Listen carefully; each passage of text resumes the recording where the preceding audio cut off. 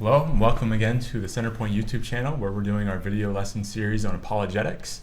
And if you have any questions as we're talking, feel free to message us on Facebook or on our YouTube channel and we'll do our best to answer you back. Yep, and so last week we talked about the objections to the Kalam cosmological argument and fine-tuning arguments. So what are we talking about this week, Kyle? Yeah, so today we're going to be examining another design argument. So kind of similar to fine-tuning, but we're going to be leaving physics and astronomy and going more to biology and chemistry and looking at what we would call the signature in the cell. Ah, okay. And before we even kind of get to this, there's two real worldviews that you can bring to this conversation. And that is one of a theistic worldview or one of a materialist worldview. So when we look at biology, the theistic worldview would say, wow, this is very complex, and clearly it shows the markings of being created by a super intellectual mind like God.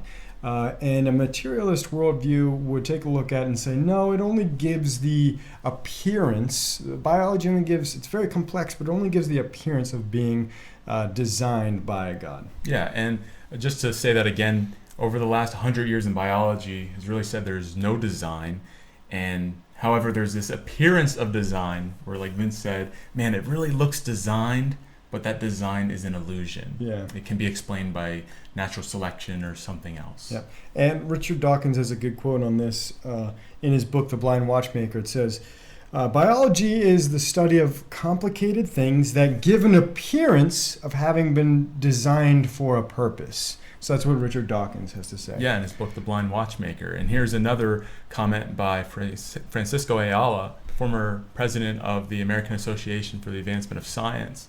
He says, the functional design of organisms and their feature would therefore seem to argue for the existence of a designer, but it was Darwin's greatest accomplishment to show that the directive organization of living beings can be explained as the result of natural process, without the need to resort to a creator. Yeah, is that true? Do we not need a creator to explain the directive organization of all these living organisms? Well, the short answer is no. That's what we're going to say. We would say that, of course. Of course. However, I'd say there's many different reasons why the answer to that question is no, but we won't have time to get through all of them today in 10 minutes that we have left, so we're just going to focus on one. But before we do that, generally speaking, there's two different parts of evolutionary theory that many of us would probably think about. There's biological evolution, which is a way of explaining how we get from simple pre-existing forms of life to more complex forms of life. And then there's chemical evolution, which is how it all has to start. You go from non-living chemicals in what might be referred to as a primordial soup. Yes. To a living cell or a living organism. Yeah. And, that first living cell, a cell is comprised of a lot of different things, a lot of different proteins and lipids and carbs and all kinds of stuff, sugars or whatever. And all of these things serve a purpose, and proteins have, there's many different proteins that serve different functions, that they're kind of like tools, you have a tool for each thing. And our cells have different proteins for specific functions within the cell. Yeah, and these proteins are made up of amino acids. So without getting too complicated, they're tiny little molecules that form together to make a protein, and they have to arrange themselves in a specific arrangement in order for the protein to function. So you could think about it like a tool, where if the amino acids are in the wrong arrangement, the tool or the protein won't function properly.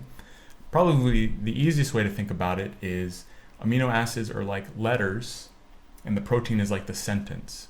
So the amino acids need to be in the right order in order for you to have a sentence that makes any sense or that works. So that's kind of what these proteins are made of. So in the cell, what determines putting the amino acids in what order? What's determining that? Yeah, well, it's definitely not chance. So that's one of the things many people think, though I would say no scientist really thinks that. And you can imagine, back to the word analogy, if we had a Scrabble bag full of thousands of letters and we randomly were picking out these letters and throwing them down, we're not going to write a work of Shakespeare. Yeah. Right? It's going to be impossible. The odds, we were talking about odds last week, and some incredibly, far-fetched odds for some of these finely tuned principles.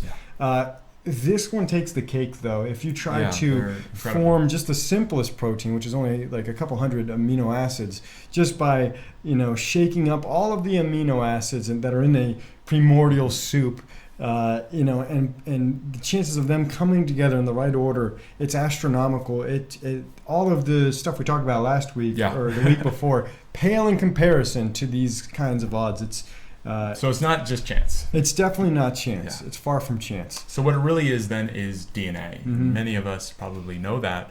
So the DNA has the instructions within it to encode these proteins. Yeah. So the arrangement of the DNA, the nucleotide bases in the DNA's backbone, tell which amino acids to go where to make the protein. Mm-hmm.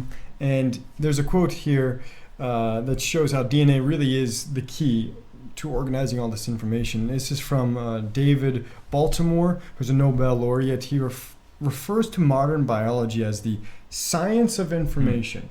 Bill Gates, made a comment saying that he relates a DNA to a computer program, only it's far more advanced than your simple hello world kind of computer program. Yeah. And here's another quote from our favorite atheist, Richard Dawkins. He says that the machine code of the genes, which are just longer segments of DNA, is uncannily computer-like. Apart from differences in jargon, the pages of a molecular biology journal might be interchanged with those of a computer engineering journal. Yeah, but we're not talking about our DNA. My question is the first living cell.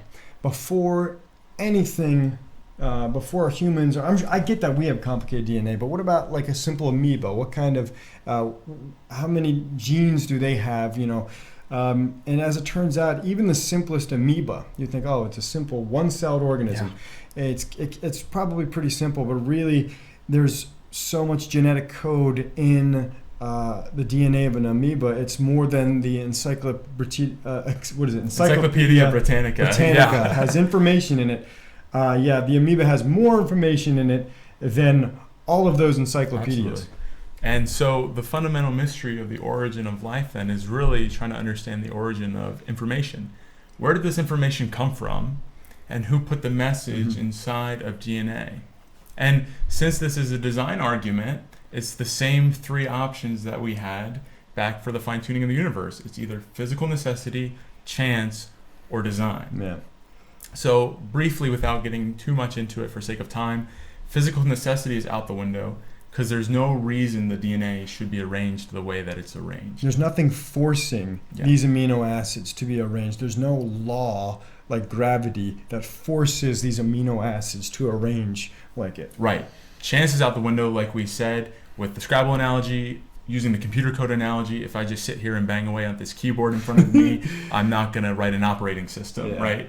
Probably won't even write hello world, okay? I'm not going to get anywhere close. Yeah. So that leaves us with the final option again, which is design. Yeah, and if we think about it, before the time of the printing press, if an Encyclopedia Britannica were to just drop down out of the sky, we would wonder, wow, where did this come from? Who put this here? Like, who was the person behind this? What was the mind behind this? You wouldn't say, oh, wow, it's interesting how all of this lumber and paper fell into this certain way, and all this black inky stuff, fell in this. You would assume, wow, someone wrote this here and put it here. You wouldn't say, wow, stuff just randomly showed up. And that's actually what scientists are doing now. There's tons of satellites looking for code or information from extraterrestrials and trying to discern that from all the noise that they know is obviously not information. Yeah. So they're actually just looking for things like this to try to tell if there is an intelligent mind out there. Yeah.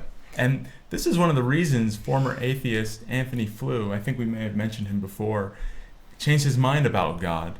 He concluded the only satisfactory explanation for the origin of such end-directed, self-replicating life as we see on Earth is an infinitely an infinitely intelligent mind. That's a little bit of a tongue twister, Yeah. but that's the quote. Infinitely intelligent mind. Yep. And so, if this is pretty much all we have time for today, but if you want to dive deeper a little bit into this, you can check out a couple different YouTube channels. I would suggest number one would be the Discovery Institute.